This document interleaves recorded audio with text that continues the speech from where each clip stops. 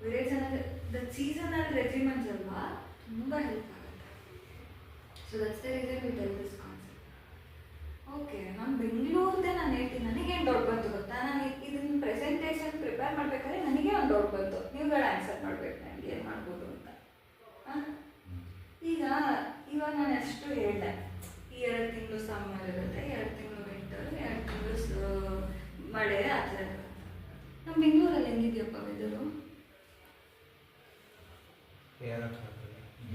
ಡೀಪಾಗಿ ಕಲಿತೀವಿ ಏನು ಅಂತ.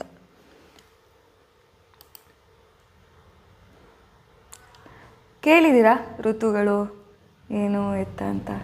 ಅಂದರೆ ಫಸ್ಟ್ ಶಿಶಿರ ಋತು. ಶಿಶಿರ ಋತು ಇಸ್ ಲೇಟರ್ ವಿಂಟರ್ ಅಂತ ಹೇಳ್ತೀವಿ.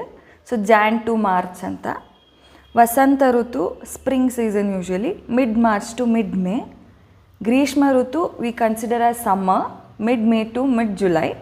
ವರ್ಷ ಋತು is the rain mid July to mid September.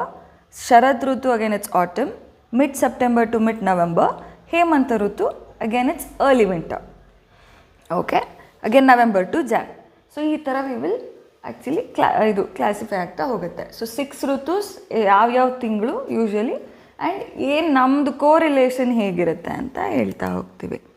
Okay, so ನಾನು ಮತ್ತೆ ಹೇಳ್ತೀನಿ, ಆದಾನ ಕಾಲ ವಿಸರ್ಗ ಕಾಲ ಅಂತಲೇ, ಅಂದರೆ ದಟ್ ಆಫ್ ಸ್ವಸಸ್ಯ ಸ್ವಾಸ್ಥ್ಯ ರಕ್ಷಣೆ.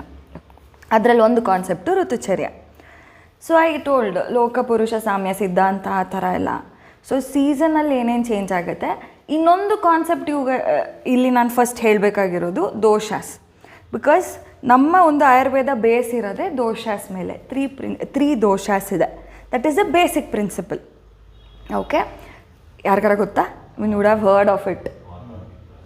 ಎಕ್ಸಾಕ್ಟ್ಲಿ, ವಾತ ಪಿತ್ತ ಕಫ. So these are the doshas we tell.